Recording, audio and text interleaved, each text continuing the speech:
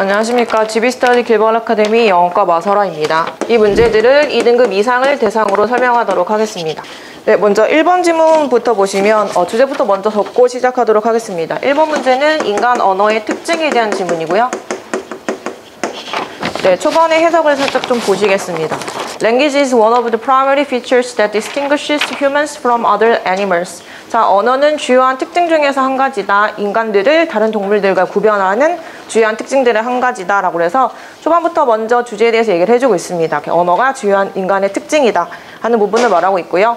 그 다음 부분을 보시면 Many animals including dolphins, whales and birds, 이런 고래나 그리고 새들을 포함해서 많은 동물들은 do indeed communicating with one another, 서로 의사소통을 하고 있다라고 하고요. through patterned systems of sounds, scents and other chemicals or movements. 자, 어떤 정형화된 패턴화된 시스템들인데 소리나 냄새 그리고 다른 화학물질들이나 움직임들에 대한 정형화된 또는 패턴화된 시스템들을 통해서 서로 의사소통을 하고 있다라고 얘기하고 있습니다. 초반 부분은 인간 언어의 특징이고 그 다음에 많은 동물들도 마찬가지로 이런 정형화된 시스템들을 가지고 있다, 의사소통을 하고 있다라고 이야기하고 그 다음에도 이제 마찬가지로 또 비슷한 내용이 가다가 근데 여기서 보시면 그런데 the complexity of human language니까 인간 언어의 복잡성에 대해서 이야기하고 있습니다. 이 부분이 인간 언어의 특징인데요. Its ability to convey nuanced emotions and ideas. 자, 그래서 인간의 이런 복잡하고 미묘한 감정들이나 생각들을 나누는 인간 언어의 능력, 그리고 its importance for our existence as social animals, 그리고 사회적인 동물로서 우리의 존재에 대한 중요성, 이런 인간 언어의 특징들 또는 복잡성들이 set it apart from the communication systems, 커뮤니케이션 시스템들을 set apart니까 분리한다, 구별하게 한다라는 뜻입니다. 자, used by other animals, 다른 동물들에 의해서 사용되는 이런 의사소통 시스템들과 인간의 의사소통 시스템들이 다른 점들에 대해서 설명을 하고 있습니다. 왜냐하면 인간의 언어는 이제 복잡하고 또 이런 미묘한 감정들이 있기 때문에 이런 거를 동물들은 이제 흉내낼 수 없다, 따라할 수 없다라고 얘기를 하고 있습니다.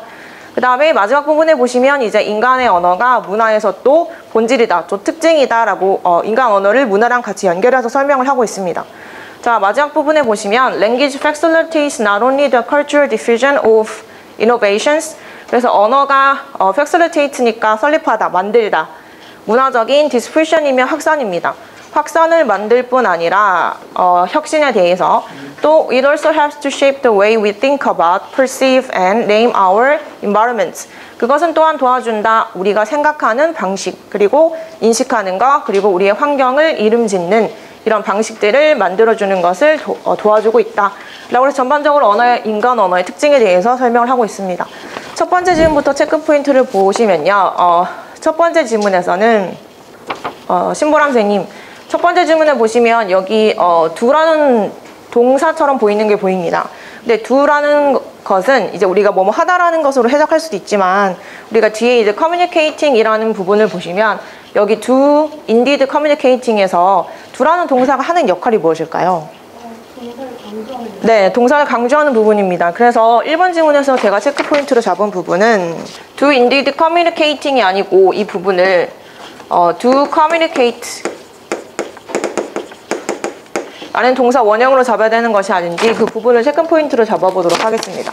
그 다음에 두 번째 질문 같은 경우에서는 이제 not only A but also B라고 해서 상관접속사 부분입니다. 정영 선생님, 상관접속사 부분은 우리가 상관접속사나 등위접속사 같은 걸 이야기할 때 앞과 뒤 구조가 어때야 된다고 애들한테 가르쳐주고 있죠? 네, 문법적으로 같은 구조. 그래서 병렬 구조를 이룬다고 아이들한테 이야기를 하고 있습니다.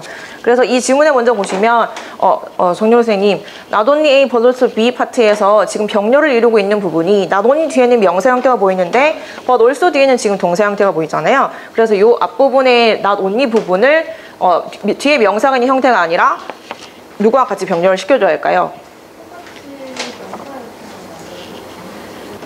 여기서는 제가 생각했을 때는 not only는 지금 뒤에 명사 형태를 수식하고 있는데 but also 뒤에는 지금 동사 형태를 수식하고 있어서 그래서 not only 부분을 facilitate라는 동사 앞으로 옮겨야 되는 것이 아닌지 그렇게 체크 포인트를 잡았습니다. 네, 괜찮을까요? 네. 그래서 제가 두 번째에서 잡은 체크 포인트는 not facilitate라고 해서 저 순서만 좀 바꿔주도록 하는 부분이 체크 포인트로 잡았습니다. 네, 두 번째 질문은 이제 연구 가설에 대한 질문인데요. 제가 여기서 주제 부분으로 잡은 부분은 좋은 연구 가설을 설정하는 방향으로 주제 질문을 잡았습니다. 우리 과학자들이나 연구원들이 연구를 하게 되는데 그때는 어떤 연구를 할 때 가설을 잡아야 되잖아요. 그 가설을 어떤 방향으로 잡아야 되는지 그거를 설명하는 질문이라고 보시면 됩니다. 자, 첫 번째 질문을 먼저 보시면 Some beginning researchers mistakenly believe. 자, 그래서 초기에 이런 연구자들은 잘못되게 믿고 있습니다. That a good hypothesis is one. 좋은 가설이 하나의 가설이다. That it is guaranteed to be right라고 되어 있는데, 그래서 이 부분에 보면 해석을 있는 그대로 보면 좋은 가설은 여기 나오는 원이 hypothesis 가설을 의미한다면 가설이다. That it is guaranteed. 그것은 보장된다. 맞는 것으로라고 그래서 해석 부분이 조금 이상하다고 보여지거든요. 그래서 혹시 제가 생각했을 때는 대시라는 부분이 관계대명사 부분이라 뒤에 이시라는 주어를 생략해야 되는 것이 아닌지. 그래서 원이라는 선행사를 두고 that it is 그 부분이 아니라 여기서 원이라는 선행사 있고 대시 관계 대명사니까 이 부분에 is를 없애고 그냥 바로 is로 들어가는 지문이 아닌가, 그 부분을 체크 포인트로 잡았습니다. 네, 그 다음에 지문 설명도 같이 한번 해보도록 하겠습니다. 그래서 여기서 부분은 좋은 가설이라는 것은 맞다고 보장되어지는 가설이 아니다라는 거거든요. 그래서 이미 결론이 어떻게 나와 있다. 방향이 제시되어 있는 가설은 좋은 가설이 아니라는 걸 말하고 있습니다. 자, however, 그런데 if we already know your hypothesis is true, 만약에 너의 가설이 진실이라는 것을 우리가 이미 알고 있으면 before you test it, 네가 그걸 테스트하기 전에 testing your hypothesis won't tell you anything new. 자, 너의 가설을 테스트하는 것은 너에게 어떤 새로운 것을 말해주지 않을 것이다. 그래서 가설이 이미 맞다고 방향이 정해져 있으면 그거를 실험하는 건 의미가 없다는 얘기를 하는 겁니다. 그래서 그 뒤에 이제 주제의 질문과 비슷한 걸 얘기를 하고 있죠. Remember, 기억하세요. Research is supposed to produce new knowledge니까 연구는 새로운 지식을 만들도록 되어 있는 것입니다. 그래서 새로운 지식을 만들기 위해서는 이제 실패를 두려워하지 말라는 지문이 밑에 계속 나오고 있습니다. 여기 지문에서도 보시면 그래서 새로운 지식을 얻기 위해서는 네가 연구 탐험가가 돼야 되는데, 그래서 여기 해안가에 있는 안전한 곳을 떠나야 하고, 그리고 챕터화되지 않은, 정해지지 않은 이런 물가, 이런 곳에서 벤처니까 모험을 해야 된다는 겁니다. 그래서 여기서 아인슈타인이 말한 것처럼 만약에 우리가 하고 있는 게 무엇인지 알고 있으면 그것은 연구라고 불러지지 않는다는 거죠. 밑에 부분도 그 지문에 같은 내용을 말하고 있고요. 그 다음에 체크 포인트 마지막 부분에 보시면 Indeed, scientists often learn more from predictions. 그래서 정말로 과학자들은 종종 배웁니다. prediction이면 예측이니까 예측으로부터 더 많이 배웁니다. Then do not turn out, 밝혀지지 않은, 드러나지지 않은 that from those that are인데요. 여기선 지금 비교급 지문을 보시면 되는데, 네, 정정 선생님 한 번만 더 도와주시겠습니까? 이 부분에서 지금 비교급의 den이라는 부분은 여기 뭘과 den이라고 비교급 부분인데, 비교급 부분도 마찬가지로 아까 뒤에 구조가 병렬 구조가 되어야 하잖아요. 근데 지금 병렬 구조가 비동사가 나와 있으니까 비동사로 지금 같이 병렬 구조를 일으킬 수 있는 게 없는 것으로 보여지거든요. 그러면 이때 나오는 that are이라는 부분이 are이 아니라 do라는 일반 동사로 봐야 되는 것 같은데, 그럼 이 do라는 동사와 같이 연결되는 것이 무엇일까요?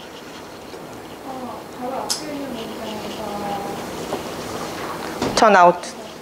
네, 그래서 저도 턴아웃으로 지금 are이 아니라 턴아웃을 대신하는 대동사 do로 바꿔야 되는 것이 아닌지 이 부분을 체크 포인트로 잡았습니다. 그래서 네 번째 부분 같은 경우에서는 from those that are이 아니라 이 부분에 from those that do라는 대동사로 바꿔야 되는 것이 아닌지 이 부분을 체크 포인트로 잡았습니다. 네, 1번 문제 같은 경우에서는 이제 do라는 대동사를 두고 뒤에 communicate라는 일반 동사를 강조하는 대동사 do, does, did의 강조용법을 설명하고 있는 지문입니다. 그래서 do라는 우리가 조동사가 뒤에 일반 동사 communicate를 강조하고 있기 때문에 동사 원형 형태가 와야 하고요. 그래서 이 같은 경우는 do 말고 예를 들어서 앞에 있는 주어가 예를 들어 텀이진 단수다. she, he, it이거나 이런 경우에서는 do가 아니라 does로 바꿔줘야 되고요. 또 만약에 이제 동사가 과거 형태 communicated 이런 식이었다. 그러면 그때는 우리가 did라는 조동사로 바꿔줘야 됩니다. 그래서 이 부분은 동사의 강조 구분을 말하는 부분이고요. 그 다음에 두 번째 지문 같은 경우에서는 이제 not only brothers be 구분의 상관접수사 부분인데 상관접수사는 앞과 뒤의 구조가 같은 구조를 이뤄야 됩니다. 그래서 저 부분에서는 지금 명사 형태와 혼란이 될 수 있는데 not only가 지금 수식하고 있는 것이 facilitate를 강조하고 있는 거기 때문에 저 부분에서는 facilitate 앞부분에다가 우리가 not only 부분을 여기다가 적어줘야 되는 것으로 체크 포인트를 접도록 하겠습니다. 그 다음에 세 번째 지문 같은 경우에서는 이제 좋은 연구 가설 설정 방향에 대한 지문이었는데 관계대명사 지문이고요. 선행사가 원이다 보니까 뒤에는 관계대명사 대시 나오고 뒤에 바로 is라는 동사로 나와줘야 됩니다. 그래서 one that it is 부분을 여기서 이제 is를 없애는 형태인 주격 관계 대명사 형태로 바꿔줘야 돼서 이 3번에서는 one that is로 나와줘야 됩니다. 그래서 이 부분에서는 관계 대명사 파트이기 때문에 이제 조금 이따가 제가 다시 쭉 설명을 하도록 하고요. 그 다음에 네 번째 지문 같은 경우에서는 이제 비교급입니다. 비교급 지문도 앞과 뒤의 구조와 같은 구조를 이루어야 되기 때문에 여기서는 지금 are라는 비동사로 받을 동사가 없습니다. 그래서 일반 동사인 do로 빼줘야 되기 때문에 이 부분에서는 that are라는 부분을 that do라는 대동사로 바꿔주는 것을 제가 체크포인트로 잡았고요.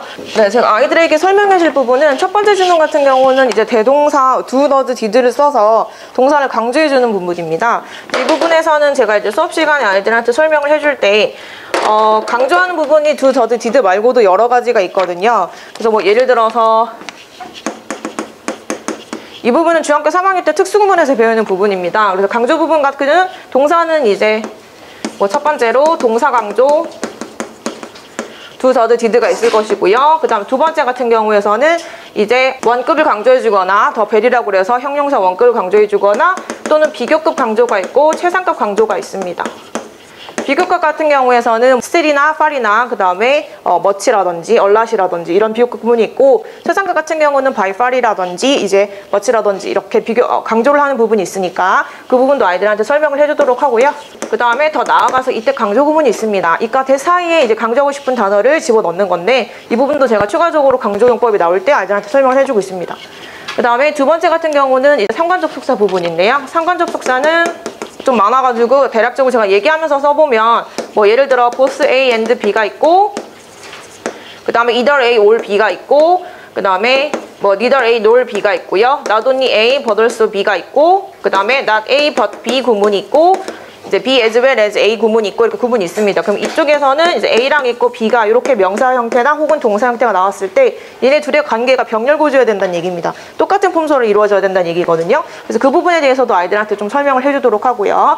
세 번째 지문은 관계대명사 지문입니다. 그래서 관계대명사 지문은 이번에서 조금 아이들이 헷갈릴 수 있는 부분이 앞에 나오는 부분이 대시라고 해서 지금 접속사로 나와 있고 believe라는 동사 뒤에서 목적 역할을 하는 접속사 대신 나와 있는데 요거랑 이제 요거랑 헷갈릴 수가 있거든요. 왜냐하면 대시라는 부분이 뒤에 보니까 지금 완전한 구조를 이루어지고 있는데 이럴 때 아이들이 접속사는 아닌지 혹은 앞에 나오는 원이라는 명사랑 같이 동격을 이루는 게 아닌지 헷갈릴 수 있습니다. 근데 이 부분에서는 아이들한테 이제 앞에 나오는 원이 가설이라고 치면 그 가설을 수식해주는 관계대명사 역할을 해줘야 된다라는 부분을 다시 한번 설명해 주도록 하겠습니다. 그래서 3번 지문 같은 경우는 이제 관계대명사의 수일치 문제, 주어랑 동사를 찾는 수일치 문제에 대해서 다시 한번 설명해 주도록 하고요. 네 번째 지문 같은 경우는 아이들이 조금 어려워할 수 있다고 생각합니다. 근데 앞에 수식하고 있는 동사가 비동사가 전혀 없기 때문에 지금 비교급을 나타내는 비교급 지문이나 혹은 as 원급 지문이나 prefer A to B 같은 지문은 앞과 뒤의 구조가 대등해야 됩니다. 동등하게 이루어져야 됩니다. 그래서 앞에가 비동사가 있어야 뒤에도 비동사가 있는 거고 앞에 일반 동사가 있어야 뒤에 일반 동사가 있는 것이기 때문에 are라는 비동사가 아니라 do로 turnout이라는 동사를 대신해줘야 되는 것이라고 아이들에게 설명해 주도록 하겠습니다. 1번 지문 같은 경우에서는 이제 do, does, did가 일반 동사를 강조하는 부분은 아이들이 이미 중학교 3학년 때 배웠기 때문에 알고는 있습니다. 그래서 이 부분에 대한 그냥 조금 걱정되는 부분은 do communicating이라는 것이 의사소통을 한다라고 아이들이 해석해버릴까봐 그 부분만 아이들한테 다시 이야기를 해주도록 하고 출제율 같은 경우에서는 조금 높은 편입니다. 그래서 3.5 정도 잡아주면 되고 난이도 같은 경우는 그렇게 어렵진 않고요. 생각보다 아이들이 잘 찾는 부분이라서 한 3점 정도 주도록 하겠습니다.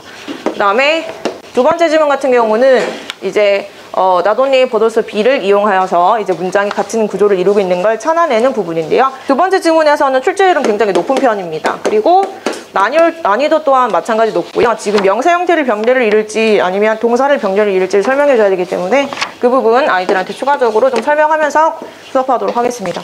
세 번째 지문 같은 경우에서는 이제 관계대명사 부분입니다. 관계대명사 부분에서 지금 출제율은 굉장히 높고요. 관계대명사는 3.5 정도 잡아줘도 전혀 무리가 없는데 난이도 같은 경우는 지금 이제 원이라는 것을 선행사로 보고 뒤에 관계대명사가 지금 수식하고 있다는 것만 아이들이 잘 찾아주면 그렇게 어렵지 않아서 이 부분은 2.5 정도로 잡아도 되지 않을까 보고 있습니다. 그 다음에 네 번째 지문 같은 경우에서는 조금 난이도가 있지 않았나 싶습니다. 생각보다 비동사, 일반 동사가 어디를 걸려야 되는 건지 아이들이 좀 헷갈려하는 부분이라서 이 부분은 출제율 같은 경우에서는 마찬가지로 조금 높지 않나라고 생각하고요. 난이도도 좀 높았다라고 보고 있습니다. 제가 준비한 강의는 여기까지입니다. 다들 단서가 되는 부분하고 이제 부연 설명까지 이제 좀 꼼꼼하게 잘 진행을 해주셨는데 제가 이제 부연 설명하는 부분에 대해서 굉장히 좀 유의 깊게 좀 잘 살펴봤는데 전반적으로 되게 꼼꼼하게 해주셨습니다. 어떤 포인트에 대해서 웬만한 거를 다 내용을 다 이제 섭렵을 해주실 만큼 굉장히 꼼꼼하게 해주셨는데 예를 들어서 이제 상관적 속사 같은 경우에는 사실 그 개념이나 어떤 부분에 대해서 모르고 있는 학생들은 거의 없거든요. 그러니까 개념적인 부분이나 이런 부분은. 근데 지금 이제 문제가 되는 부분은 개념을 몰라서라기보다도 실질적으로 까다로운 문장이 나왔을 때 그 포인트를 어디다 맞춰야 되는지 아이들이 모르기 때문에 틀리기 때문에 이제 좀 상관적 속사 같은 경우는 개념을 좀 설명해 주시기보다도 까다로운 문장이나 출제됐던 어떤 문장을 갖다가 예시로 들어주시면서 예시 문장 안에서 아이들의 실제력을 좀 적용할 수 있도록 그렇게 해주시는 그 포인트가 조금 더 좋을 것 같습니다. 그래서 좀 쉬운 어떤 개념 같은 경우에는 굳이 개념을 말씀해 주시기보다 좀 실질적으로 응용하는 부분 쪽으로 방향을 설정해 주시면 훨씬 더 좋을 것 같습니다. 네. 마사라 선생의 자신 있게 강의를 들었습니다. 수고했습니다.